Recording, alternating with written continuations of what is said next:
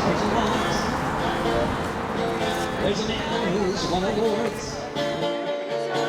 you know what it is? I think it's a bit different for Julian, because it's political. Like, we're just normal people. Like, I don't know if it's different for Assange and how they're treating him. I don't know, but I was in the SEG a lot, so it's 24-hour a day bang up. So especially when COVID kicked in, he was getting out 10 minutes a day for a shower. If he's getting out 2 hours a day, that's all right, because most jails now, unless you're working it, is 24-hour a day bang up. Yeah. Behind these prison walls, there's a man who's won awards for the work that he has done and all that it affords, such as the knowledge of the harbors. I can tell you everything that goes on in it. It's disgusting, it's corrupt, and whatever you want to know, I'll tell you. Like, it's just a corrupt system. Stop the message, so the messenger gets clean. In a way, it's a compliment. They put him in front of Gandhi and heroes, but yet they don't treat him like a hero. That this square is not casual. You know what I mean? It's a precise choice. Behind these prison walls, our very right to be informed. Justice Swift. And on he went, in the 3.5 pages. He didn't go through any detail. He didn't bother. That document, you should read it. It clarifies for us that the entire judicial process in this country is a facade. I thought England, it's mad. It's just a corrupt system, and they get away with everything.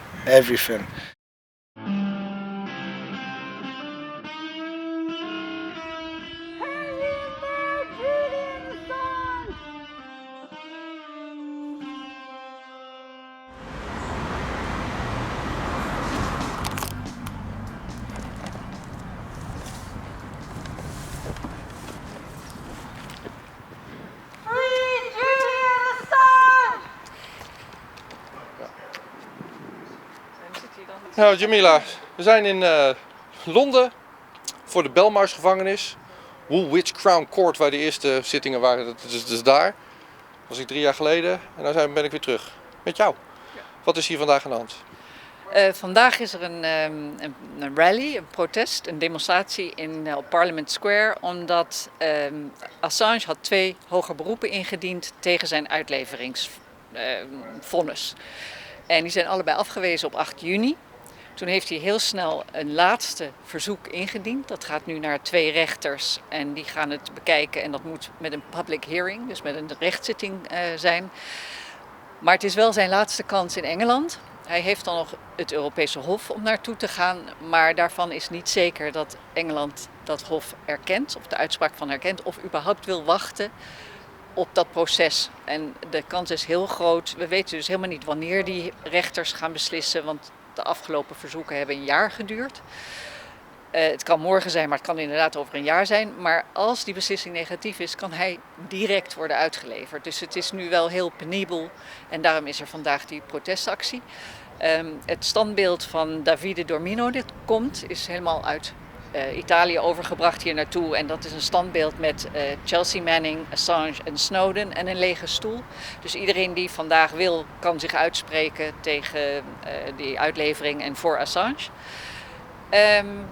Ja, en wat er verder speelt natuurlijk is, een heleboel mensen denken dat Assange is zo een journalist die gevangen is gezet, zoals er meerdere zijn helaas.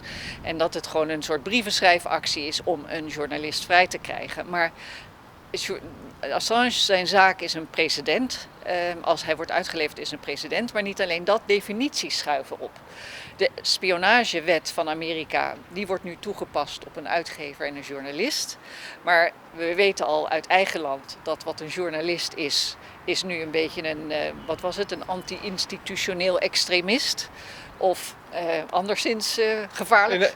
In Nederland zijn er ook journalisten die werken bij de NOS, bij de Volkskrant, bij het NRC en zo. En die waren hier 4 jaar geleden inmiddels al niet. 3 jaar geleden was dat, in januari 2020. Ik was hier om te kijken of die betaalde journalisten hier dan ook verslag doen. Alleen de buitenlandse correspondent van de NOS die was er op de dag dat de Amerikanen hun pleidooi mochten houden. En deed geen verslag van de zaak van Assange. Nou, we zijn hier voor die gevangenis. Hierachter zit hij dus. Maar dat zijn geen journalisten, dat zijn interne communicatiepersonen. Ja, maar de IVD omschrijft het toch heel anders. Die omschrijft mij dan als, hoe noemen die dat? Een anti-institutioneel extremist. Wat er dus verschoven is alle mensen die zich dus uitspreken tegen onrecht, tegen hoe klein of groot dan ook, die zijn nu de pers. Want de media, zoals ik zei, is gewoon de interne communicatie van overheden geworden. En niet meer de kritische pers. Kritiek is verboden, daar gaan we naartoe. Anything to say heet dat standbeeld. Maar ja, stil blijven is nog altijd gevaarlijker, zou ik zeggen, dan je uitspreken. Ja. Zelfs als daar zometeen Assange en Manning en Snowden op een rijtje staan op hun stoel met een lege stoel ernaast. Ja, je kan ernaast blijven staan, dan wordt het alleen maar erger. Maar wat gaan we doen? Ga jij op de stoel? Heb je al besloten? Ja, ik wil wel wat zeggen. Alleen ik had eigenlijk iets willen voorbereiden, maar dat heb ik dus niet gedaan. Oké, het is zaterdagochtend. We gaan nu naar Hartje Londen. En we gaan kijken wie daar is. Ook van de Nederlandse pers. Daar ben ik benieuwd naar. Of die er dan vandaag... Wij zijn de Nederlandse pers. Ja. Die anderen zijn de interne communicatieadviseurs. Die komen toch niet? Die hebben niet de opdracht om hier te zijn. Nou, ik heb de buitenlandse correspondent van de NOS weer uitgenodigd. Dus ga kijken. Ja. Maar dat ook nog zeggen. Ik heb de NRC aangeschreven, Volkskrant, Trouw, Parool, NOS en Amnesty International. Te vragen van wat zij vinden van deze uitleveringsverzoeken of waar zij staan met Assange en waarom zij zo weinig daarover publiceren. Ik heb van geen van de media reactie gekregen, alleen van Amnesty Nederland.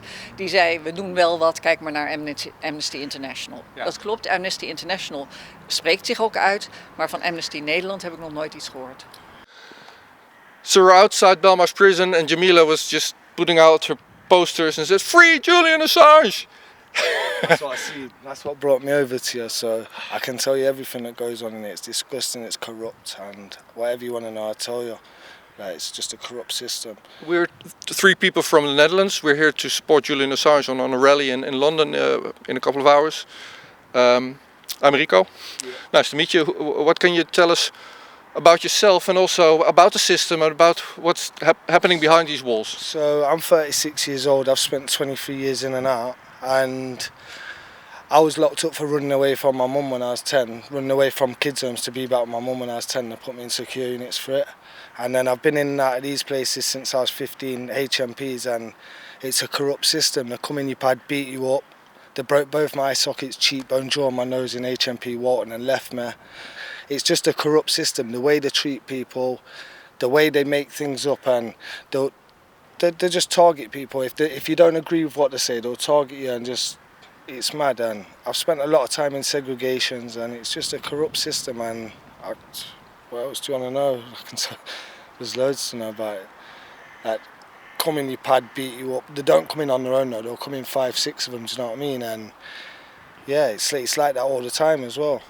When inspectors are coming in, they'll go to a decent wing to make sure, like, oh, this is what you say. They won't go on the wings where everything's going off. They'll just go on the soft wings but it's the staff you need to watch for. It's the prison officers, the corrupt ones, do you know what I mean? It's the prisoners in here, they're just doing the same. It's the staff. They think they can come in, they've got keys, and they think they're a law to themselves. Like, so you walk up here, you hear a shout, you say, "Hey, something's going on." I just thought, I thought you was on a visit. I heard this woman shout.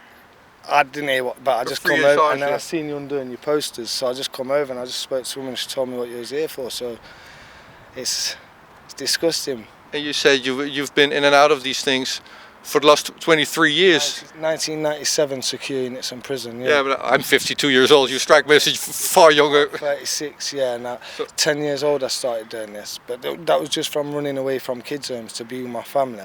And then they'd lock me up, they'd get orders and put me in secure units. I was just trying to get home to be with my mum, and do you know what I mean? And they'd just lock you up. And that's all they've done to me for years. It's only because now I've got my missus, my son and a baby on the way that everything's all right now, do you know what I mean? So I'm sorting my life out. These didn't help me do it, I've done it myself. Like, these didn't do nothing apart from lock me up and make me do every day of my sentence. Like, it's a horrible place to be. Do you know what it is? Things happen out here, you can get it dealt with. In there, you can't even, when officers attack you, they won't take photos until your bruises and that have gone down. or unless someone says do this, or you've attacked an officer, and then they'll take your photos, you know what I mean? And they'll just leave you for days. They broke my face in Walton. I was just telling this woman in HMP Liverpool, they broke both my eye sockets, cheekbone, jaw, and my nose, put me in a cell. 4 days later, a nurse come, they wouldn't take me to hospital. A nurse comes, see my face, said get him to hospital. They said no. She went out, said I'll ring the ambulance myself. Went out, 20 minutes later, I was in hospital. Like, they just left me in a cell, no toilet, no sinks, it had been smashed off, with a bin to go toilet in. Like, we're in England, that shouldn't be happening in prisons in England, you know what I mean? Shouldn't be happening in prisons. Anywhere, but, do you know what I mean? Like, I thought, England, it's mad. It's just a corrupt system, and they get away with everything.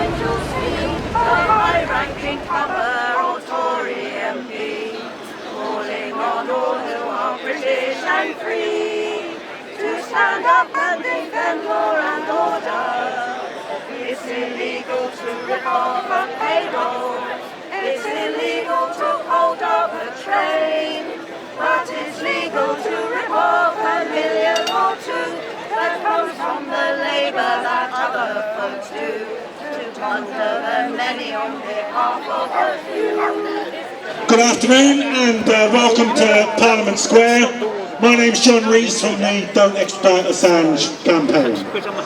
This is the sixth time that we have attempted to bring this magnificent Anything to Stay statue to London. We tried to bring it to London squares, we tried to bring it to churches.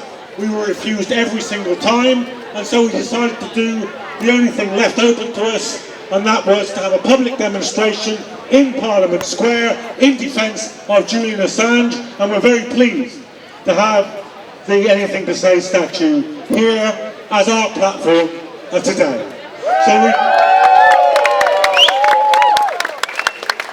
This is a very, very urgent moment. This is really the 11th hour for Julian Assange in the British court system. So you will hear this many times this afternoon. Please, whatever you have done so far to help this campaign, to defend the free press, please do more now. Now is exactly the right moment to pull out every single stop, to stop Julian Assange being extradited to the United States and put on trial for crimes which he did not commit and for being a journalist. That cannot stand. Please redouble your campaigning efforts.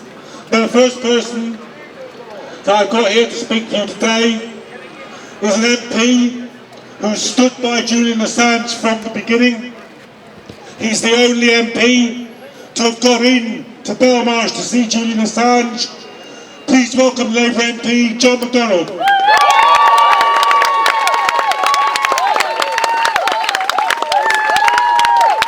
First of all,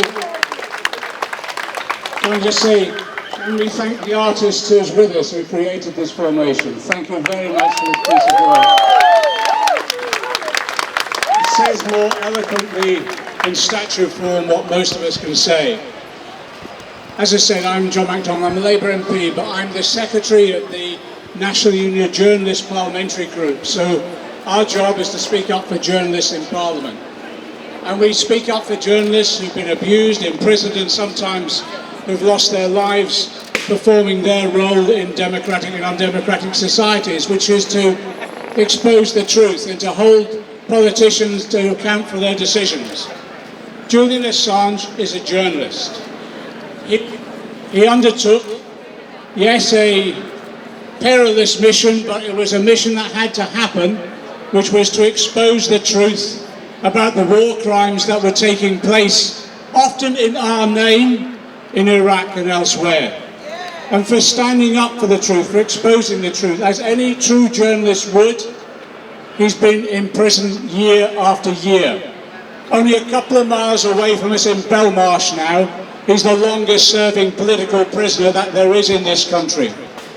The person who sculpted these magnificent statues, the Italian sculptor Davide Dormino. Please give him a huge welcome for all the work that he's done and for this piece of work.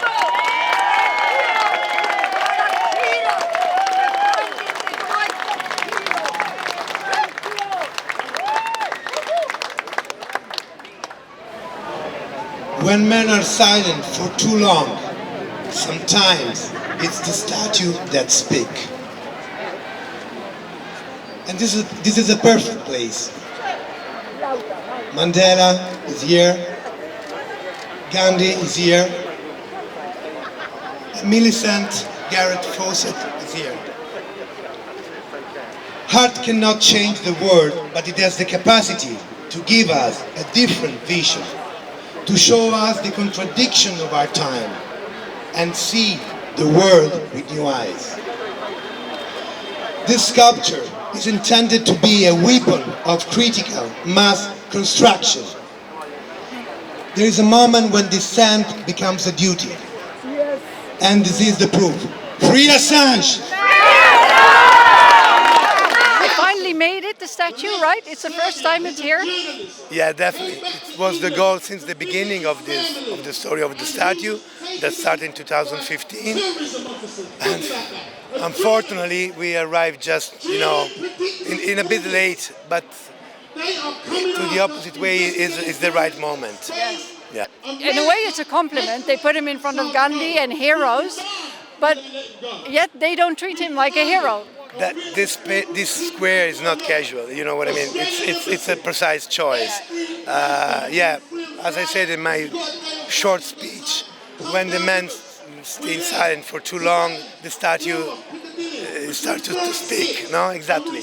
And yeah, the topic of the artwork is exactly this one. Give the opportunity to people to be in touch with their self and to change the perception of our present, showing us also the contradiction of our times. There's a lot of things happening in Italy. There are a lot of people who are fighting for Assange in Italy, is my impression from a very quiet the Netherlands. Why is that, you think? No, it's not your impression, it's like that, because finally, after years and years that we try to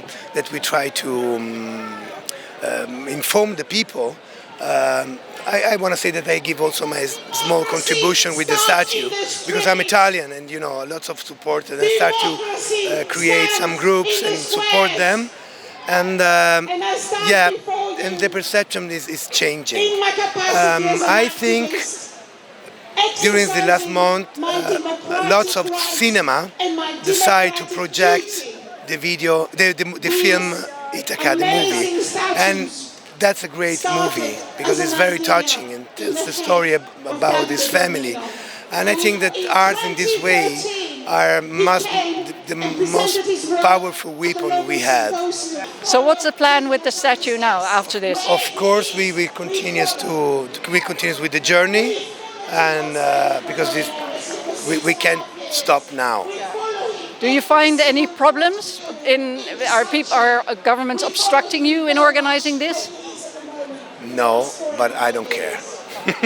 No, you shouldn't, but I was just curious. Yeah, of course. Thank you very much for the interview. Good luck. Thank you. There is a crucial and possibly final court case on the horizon. When the announcement comes of the date of that case, please be ready. Please be ready to mobilise. And that means don't just watch out for the announcement and start to argue with your friends and your family, your fellow campaigners, fellow trade unionists. When you hear that announcement, start arguing now that you must be there, that you must make that the most effective demonstration that we've had in this case so far, because we are at the most decisive point of this case so far. So that's the message from us to you today.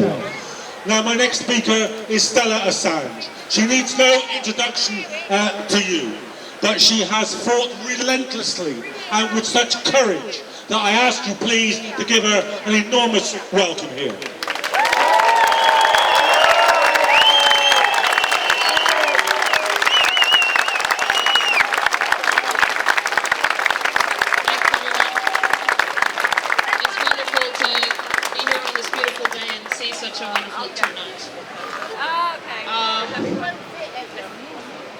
I'm getting asked, where are we at? Well, we're really at the end game now. The fight is on. This is my message. Yes, the legal avenues have narrowed dramatically, but we were ready for this fight. We know what kind of battle we're fighting.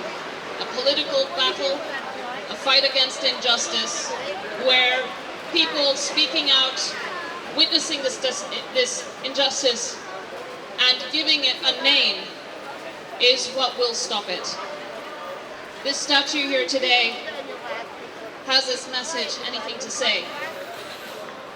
These three men are everyman. They witnessed injustice and they spoke up. And we need to speak up just like they did. Because that's what makes us human. Julian's case is caught up in a trajectory in which we are all losing our rights. And the right to freedom of speech is at the center of all our democratic rights. It underpins everything. We will lose all our rights if we lose the freedom of speech. And Julian's case is the most righteous case of freedom of speech today, in our generation, in this century. We have to free him. His life depends on it, but all our lives and our liberties also depend on it. Thank you. Free Julian Assange.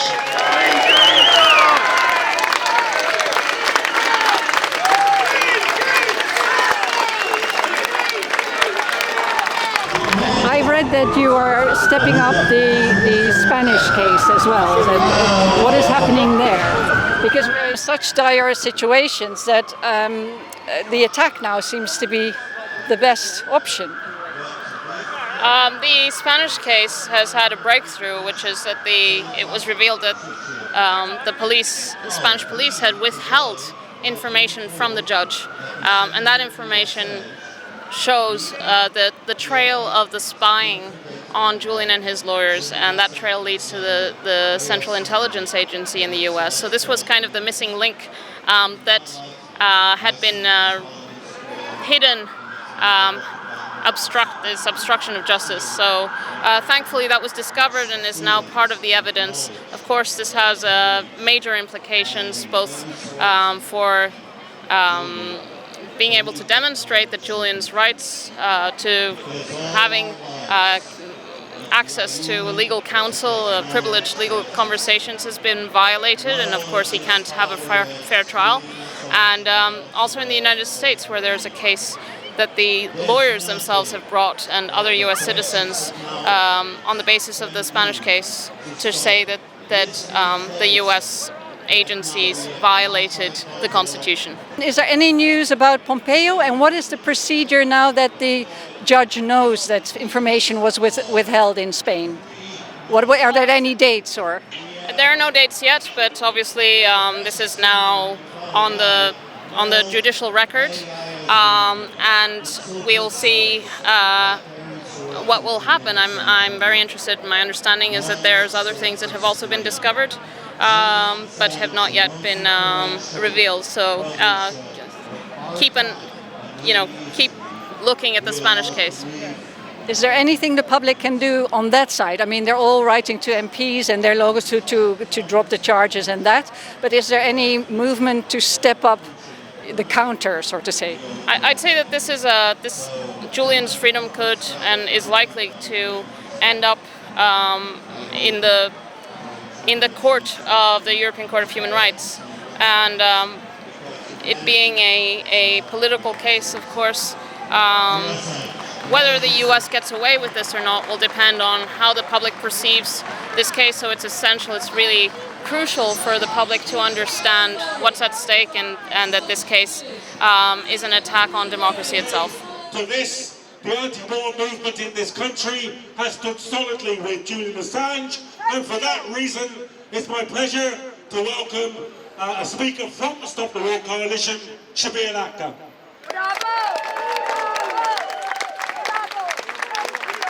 Thank you, and thank you all for being out here today. The imprisonment and the torture of Julian Assange is an absolute crime. His treatment shows us with absolute clarity that we do not live in a democratic society. We do not have a free press. The message from the state is that if you dare expose their crimes, if you dare to oppose their narrative, they will bring down their full weight against you.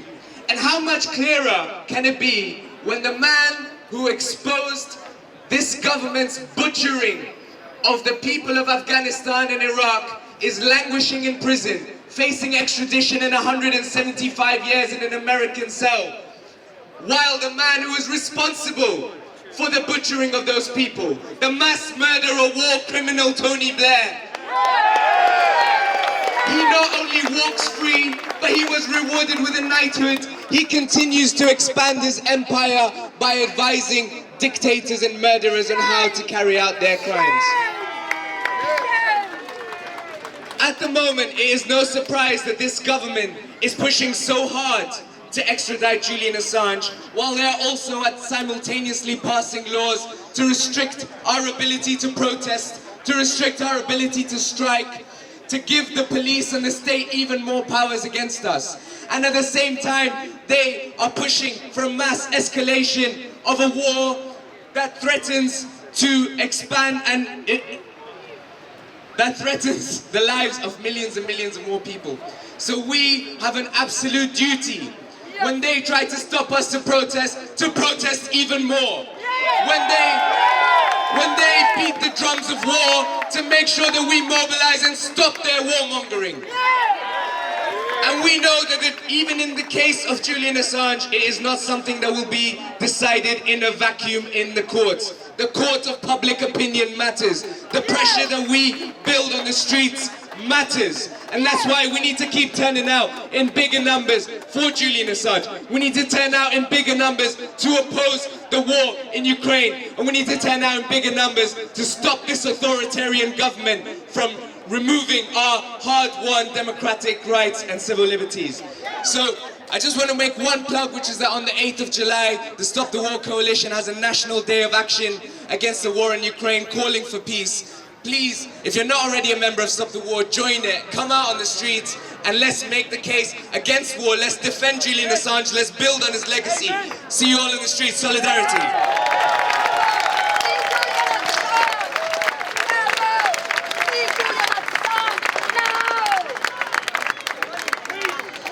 Thanks very much.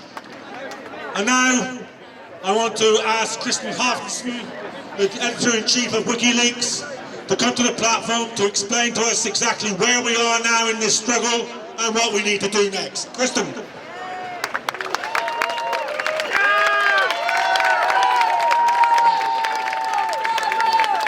Hi everybody, thanks for being here today. I want to talk a little bit about words and lawyers. English is not my first language, so I'm fascinated about the use of language and words and how it is abused and used in the battle against justice. 13 years ago, when I started working with Julian, preparing the release of the Collateral murder video, I'm sure that all of you have seen, it struck me that they used the word engagement in a certain context. No, for me, engagement was something that had a pleasant connotation.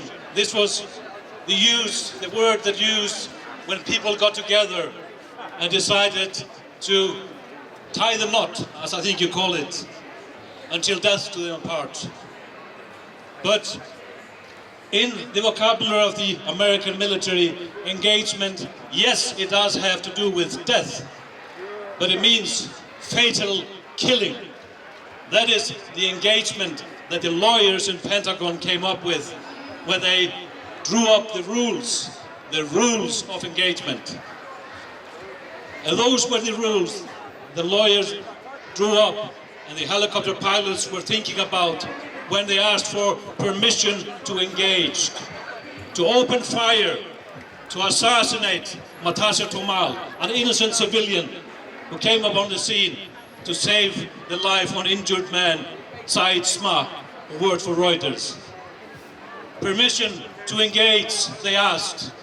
Give us permission to engage. Before they opened fire and sprayed 30mm hollow bullets upon the vehicle where inside were the two children, Said and Sma, who were only saved because their father threw his body over them and shielded them in front of the car. Think about these lawyers who are sitting, drawing up these documents, finding new meanings to these words. Engagement. It's killing. And think about the fact that Julian is being indicted for publishing these rules of engagement. You are not even allowed or supposed to see the rules they play by in their assassination games in wars. They do not charge him for publishing the collateral murder video for one purpose only, because they do not dare to have that shown in a courtroom at any point, and you know why. This is how they use language. We all know how the lawyers in Pentagon and the Department of Justice drew up manuals on how their military could torture prisoners. But of course they didn't call it torture. What shall we call it so it sounds better? Enhanced interrogation techniques. That's waterboarding 80 times, 90 times. Electrocution, hanging up on the hand until you are disjointed with the arms. Torture, pure. No enhanced interrogation techniques. Now, I want to draw up a little scene that we came to learn about in January this year, when Mike Pompeo, former CIA director, later Secretary of State. Do I have a boo? Mike Pompeo was director of CIA in 2017, and he was very hopeful that he could become the Republican nominee for election next year. So of course he published a book, his memoir, his fond memoir, from the halls of power when he was director of CIA and later Secretary of State. And think about this. He tells a story that just before Christmas 2017, he sat in a cozy atmosphere with his family. Think about this atmosphere. The wife is preparing the dinner, I guess. There are decorations, the Christmas tree is up, the gifts on the floor. And he tells that he was sitting, browsing through and reading the manual on extrajudicial killings. That's the Christmas that Pompeo wanted and liked the most. And why is this relevant? Yes, because we now know that in the same period, because of brave journalists who did deep investigation, there were plans being drawn up to assassinate Julian Assange, to kidnap him or assassinate him in the Ecuadorian embassy. A real plan that was introduced in the White House. And we furthermore know this because two brave witnesses who are protected have issued statements that they knew about this plan, and poisoning was being discussed. That was what Pompeo was concocting just before Christmas 2017 while head of the CIA.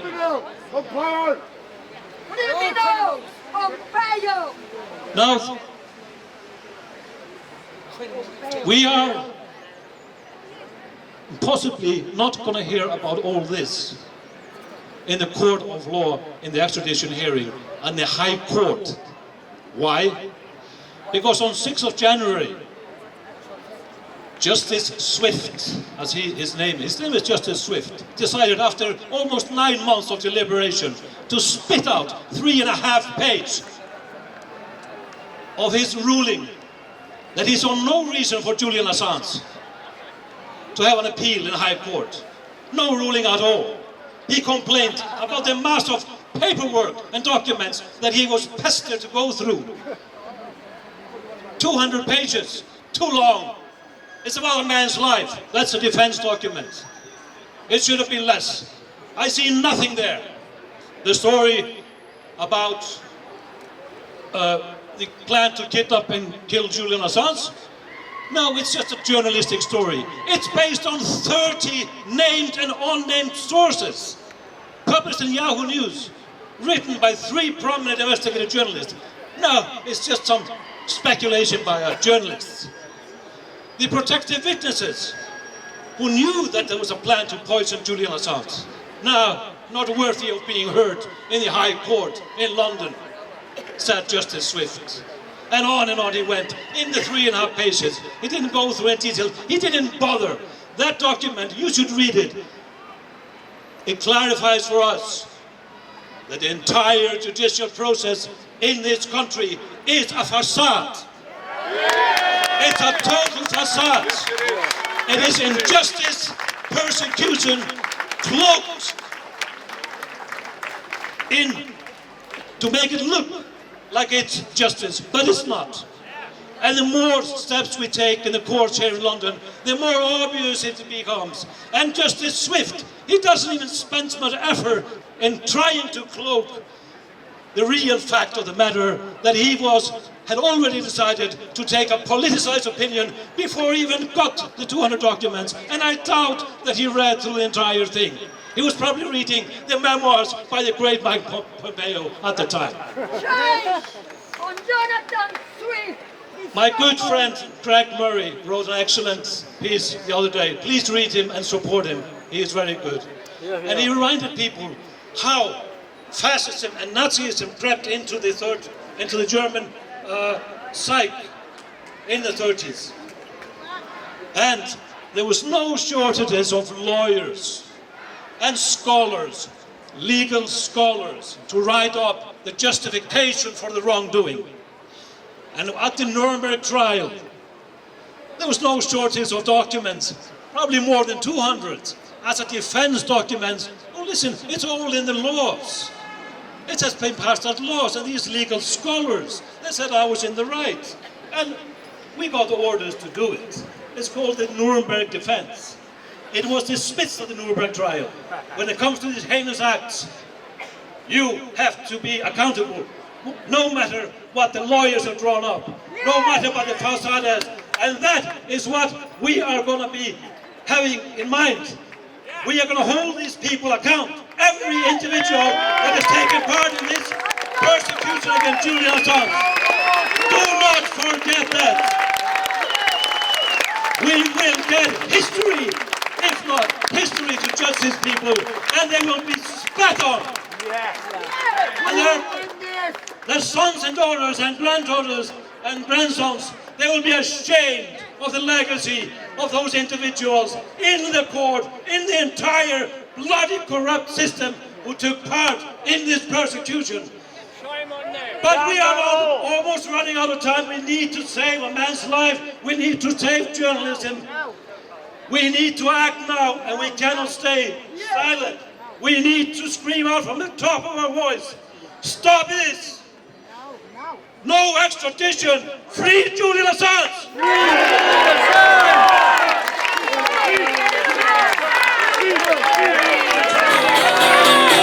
Is someone who is a hero to whistleblowers everywhere, who helped them tell the world of the crimes of Tony Blair. Behind these prison walls, you will find a mortal man. The reason why we know what happened in Afghanistan. Het gaat hier vandaag over saamhorigheid. Dagje zonder hemel. Beste liegt niet. Wat normaal maken is wat niet is normaal. Every nation in every region now has a decision to make. En dan ook geen hel meer. You think I'm joking? Predator drones. Dat is best makkelijk. You will never see it coming. Wat dacht je alle mensen? Laat staan dat ik kan ingaan over vuur. Bezig met vandaag.